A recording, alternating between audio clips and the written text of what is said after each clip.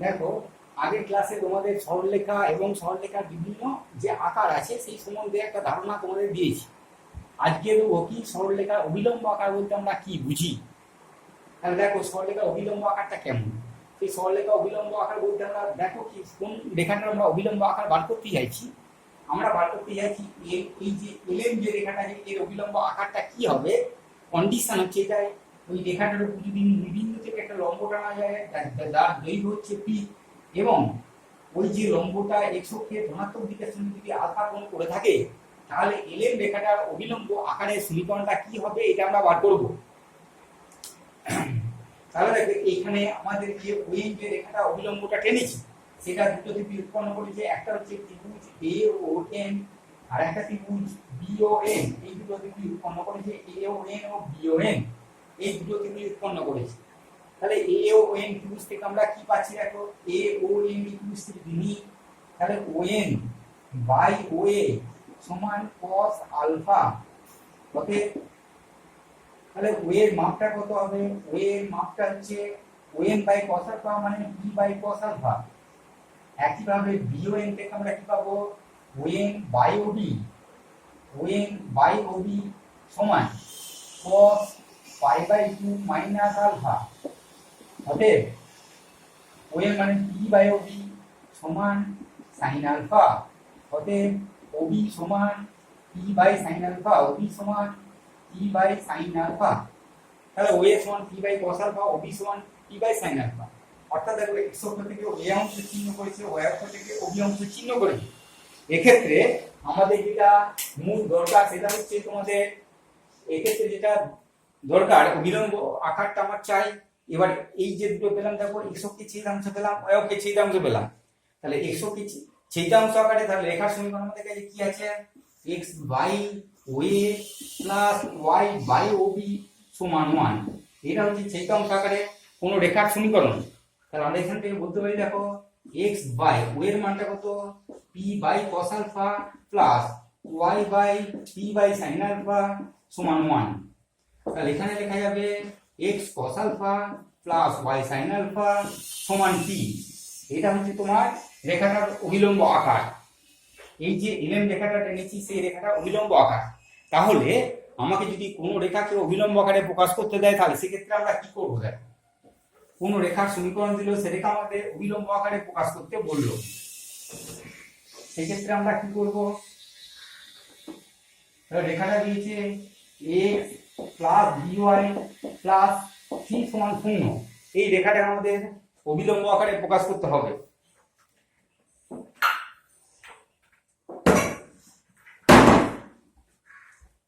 এই রেখাটাকে আমাদের অবিলম্ব আকারে প্রকাশ করতে হবে। সেক্ষেত্রে অবিলম্বকে সমীকরণটা কি হতে ছিল? x cos alpha plus y sin alpha সমান t। এটা ছিল অবিলম্ব আকারে সরলরেখা সমীকরণ। আর আমাদের রেখাটা কত পেয়েছি দেখো, x a plus y b সমান মাইনাস c। তাহলে এইটাকে অবিলম্ব আকারে এই দুটোর মধ্যে যদি আমরা তুলনা করি তাহলে কত পাবো? তুলনা করলে পাবো দেখো a বাই cos আলফা সমান b বাই sin আলফা সমান মাইনাস c বাই p। এই দুটোর মধ্যে যদি আমরা তুলনা করি তাহলে এটাকে পাওয়া যাবে c বাই p। তাহলে এইটা সমান আমরা যদি ঘুরিয়ে লিখি তাহলে দেখো c বাই p সমান minus a by cos alpha সমান minus b by sin alpha সমান root over a square plus b square by root over cos square alpha plus sin square alpha. এইভাবে আমরা লিখতে পারি। দেখো তাহলে মানে এটা কত আসছে? সমান root over a square plus b square. এই মানটা আমরা পাবো দেখো root over a square plus b square. তাহলে p সমান কত আসবে? অতএব p সমান তাহলে কত পাবে? c by a square plus b square. p সমান c by root over a square plus b square. p এর মান এটা পাওয়া যাবে। আর এখান থেকে আর কি পাওয়া যাবে তোমার? cos আলফা সমান কত? cos আলফা সমান minus a by root over a square plus b square. sin alpha সমান কত? Minus b by root over a square plus b square. সমস্ত মানগুলো আমরা পেয়ে গেলাম। দেখো তাহলে আমরা এই দুটো রেখাকে তুলনা করে এই সমস্ত মানগুলো আমরা পেলাম। এই মানগুলো পাওয়ার পরে এবার দেখো এই যে মানটা থিটা তো অলওয়েজ পজিটিভ আমার জানা আছে, এবার সিটা ধনাত্মক অথবা ঋণাত্মক দুটো মানই আমাকে নিতে পারে। তাহলে সিটা যদি আমাদের সিটা যখন গ্রেটার দ্যান 0 দেবে, সিটা যদি ধনাত্মক হয় তাহলে এই অভিলম্ব আকারটা তাহলে কেমন হবে? সিটা যদি গ্রেটার দ্যান 0 হলে, সিটা যখন গ্রেটার দ্যান 0 তখন অভিলম্ব আকার দেখো minus a by root over a square plus b square into x minus b by root over a square plus b square into y সমান c by root over a square plus b square. c এর মানটা যখন greater than 0 তখন সরলরেখাটা অভিলম্ব আকার হচ্ছে এটা, আর c এর মানটা যদি লেস দ্যান 0 হয় সেক্ষেত্রে অভিলম্ব আকারটা কত হবে? ঋণাত্মক যদি হয়, c টা যদি লেস দ্যান 0 হলে সেক্ষেত্রে তোমার অভিলম্ব আকারটা হবে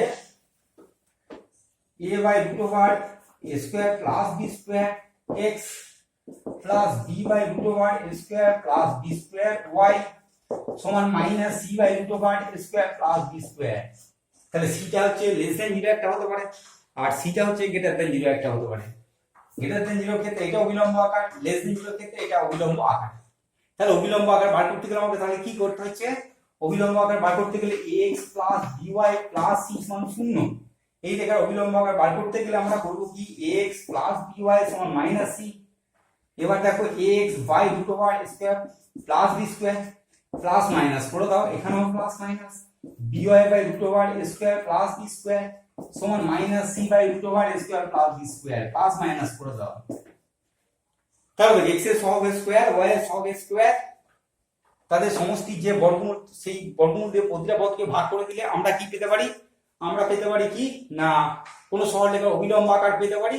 সেটা ডিপেন্ড করবে কার উপরে? সিটা 0 বড় 0 ছোট, এখানে প্লাস অথবা মাইনাস সাইনটা আমরা পাল্টে দেবো। এরপরে যেটা আছে যে দুটো সরলরেখার, দুটো প্রদত্ত সরলরেখার ছেদবিন্দু স্থানাঙ্ক,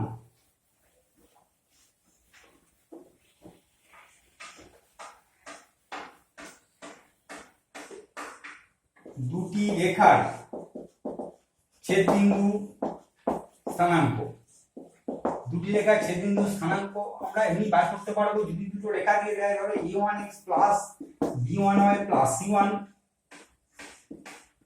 সমান c1, a2x plus b2y plus সমান c2, এই যদি রেখা দেয় তাহলে এই দুটো রেখাকে যদি আমরা সলিউশন করি তাহলে সেক্ষেত্রে আমাদের x আর y এর মান পাওয়া যাবে, ছেদবিন্দু স্থানাঙ্ক আমরা বার করতে পারবো। যদি ছেদবিন্দু x, y হয় তাহলে x আর y এর মানটা এই দুটো সরলরেখাকে সমাধান করে আমরা পেতে পারি। এরপর যেটা আছে দেখো, সেটা হচ্ছে যে x আর y এর একঘাত সমীকরণ সর্বদা একটি সরলরেখাকে নির্দেশ করবে। ধরো রেখাটা আছে ax plus by plus c, এটা হচ্ছে x আর y এর একটা একঘাত সমীকরণ। কন্ডিশনটা কি? যেখানে a আর b হচ্ছে একই সঙ্গে, কোনো সময়ের জন্য শূন্য হবে না, একই সঙ্গে শূন্য নয়, a আর b একই সঙ্গে শূন্য নয়। তাহলে x plus by plus c সমান 0। এইটা হচ্ছে এটা একটা একঘাত সমীকরণ, x আর y এর একঘাত সমীকরণ। একঘাত সমীকরণ সর্বদা একটা সরলরেখাকে নির্দেশ করে, এটা আমরা দেখাবো। তাহলে দেখো আমাদের এই যে 1 নম্বর সমীকরণটা, এর যে একটা সঞ্চয় পথ আছে, সেই সঞ্চয় পথের উপরে যে কোনো তিনটে বিন্দু আমরা নিলাম। ধরো এর একটা সঞ্চয় পথ আছে, এই সঞ্চয় পথের উপরে যে কোনো তিনটে বিন্দু নিলাম, x1 y1 x2 y2 x3 y3, যে কোনো তিনটে বিন্দু নিলাম এই পথটার উপরে। তাহলে যেহেতু এই তিনটে বিন্দু এই পথটার উপর আছে তাহলে c তো করবে প্লাস c সমান 0। আবার দেখো ax2 plus by2 plus c সমান 0, ax3 plus by3 plus c সমান 0। যেহেতু বিন্দু তিনটে ওটার উপর আছে তাহলে 0 হবে।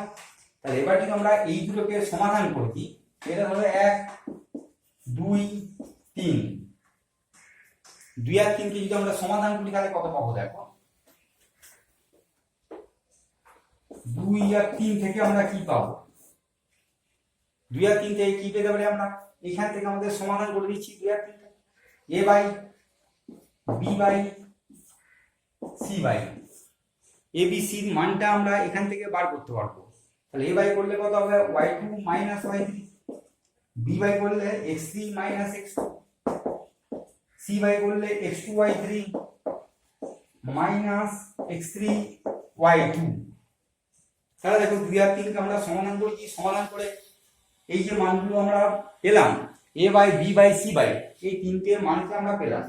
এইটা সমান ধরো k, তাহলে এর মানটা কত আসছে, b সমান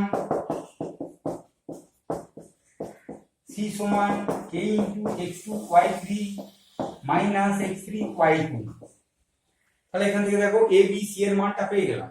তাহলে a b c এই মানটা নিশ্চিত 1 নম্বর রেখাটাকে সিদ্ধ করবে।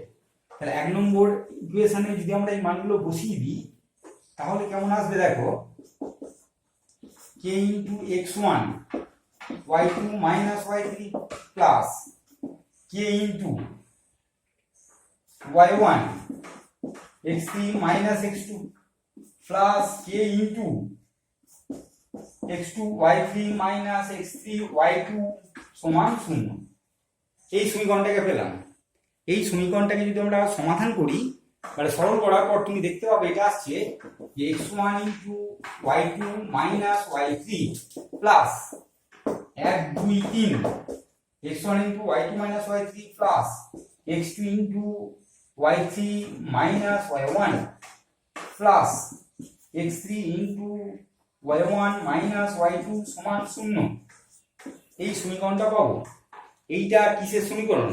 এই সমীকরণটা হচ্ছে তিনটে বিন্দু যদি একটা রেখার উপরে থাকে তাহলে সমীকরণ, তিনটে বিন্দু যদি একটা রেখার উপর থাকে অর্থাৎ তিনটে বিন্দু যদি সমরেখা হয়, অর্থাৎ সেক্ষেত্রে আমরা বলতে পারি ওই যে সমীকরণটা আমরা নিয়েছিলাম x plus by plus c সমান 0, তাহলে সেই সমীকরণটা ছিল x আর y এর একঘাত সমীকরণ। তাহলে সেই x আর y এর একঘাত সমীকরণটা সর্বদা একটা রেখাকে নির্দেশ করবে। উল্টোটাও তোমরা বলতে পারো, উল্টোটা মানে যদি ax plus by plus c সমান 0 এই রেখাটা সর্বদা এই যে সমীকরণটা সেটা সর্বদা একঘাত সমীকরণকে, একঘাত সমীকরণ যদি হয় x আর y সেটা সর্বদা একটা সরলরেখাকে নির্দেশ করে।